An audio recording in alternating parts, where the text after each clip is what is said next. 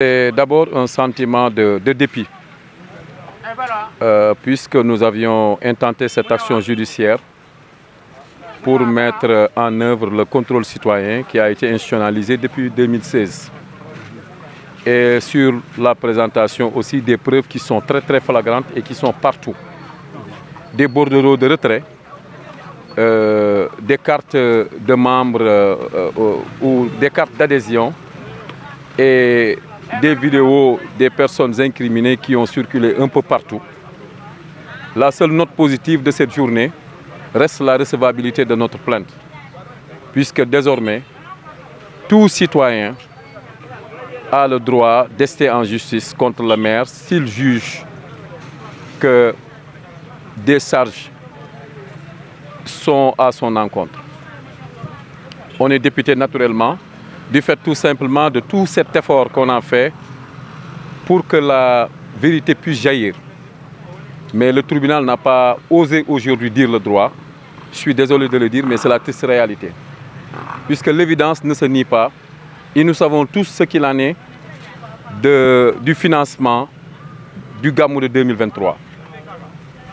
Maintenant, naturellement, on va interjeter appel, puisqu'on n'est pas d'accord de la décision de la justice qui vient aujourd'hui d'être prononcée par le tribunal de grande instance de Kaolack. Et nous allons nous concerter pour faire appel à la presse en vue d'organiser une très grande conférence de presse, non pas un point de presse, pour évoquer, comment ça s'appelle encore, le fait que nos preuves ont été égarées d'une manière qu'on n'arrive même pas à comprendre. Donc c'est pour moi un laxisme de la part du tribunal, si je peux m'exprimer ainsi. Puisqu'on ne peut pas s'organiser en association et faire un effort pour rassembler toutes ces preuves et venir ici au tribunal pour qu'on puisse entendre qu'on n'a pas eu assez de preuves pour incriminer M. le maire. Ce que nous jugeons vraiment déplorable, en ce sens tout simplement que nous savons tous ce qu'il en est et on n'a même pas besoin d'être un expert pour comprendre que les faits qui lui sont reprochés sont des faits qui sont avérés.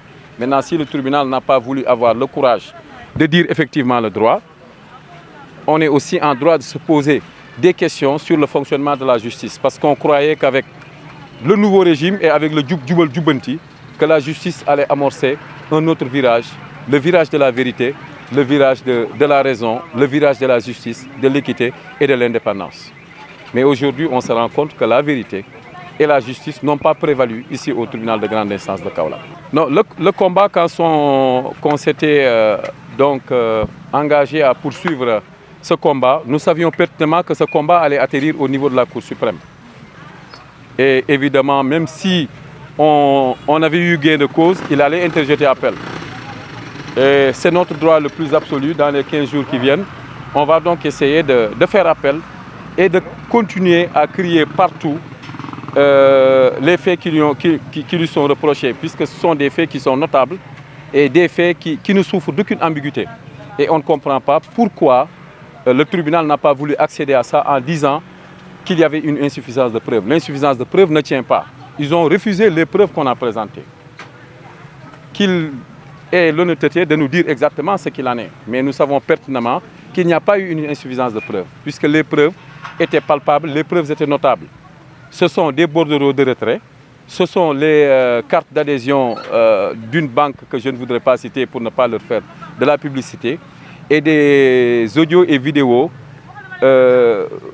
qui circulent sur le net et qui démontrent que le forfait existe bel et bien, que le forfait était avéré.